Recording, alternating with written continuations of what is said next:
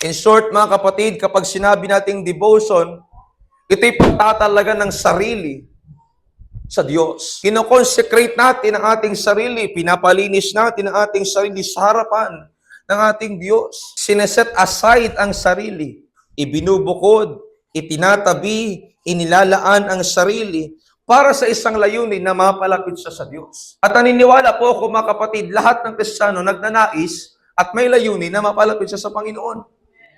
Amen? Maaaring wala dito sa ating iglesia, mga kapatid, ang hindi nagnanais na mapalapit sa Panginoon. Bagkos, nagnanais tayo lahat na mapalapit sa ating Panginoon.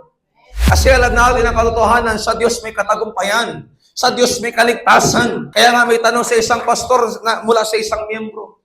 Pastor, bakit ganun? Nung lumayo ako sa Panginoon, bakit nakanda malas-malas ang buhay ko? Parang wala na akong matinong desisyon sa buhay. Kasi kapatid, hindi ka lang basta lumayo sa Diyos. Lumayo ka sa pinanggagalingan ng kalakasan.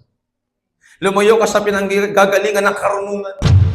Lumayo ka sa pinanggagalingan ng lahat ng bagay. Ito yung hindi naiintindihan ng iba na tumalikod sa ating Panginoon.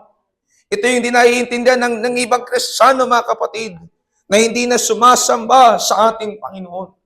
Na hindi na sumasampalataya sa ating Panginoon.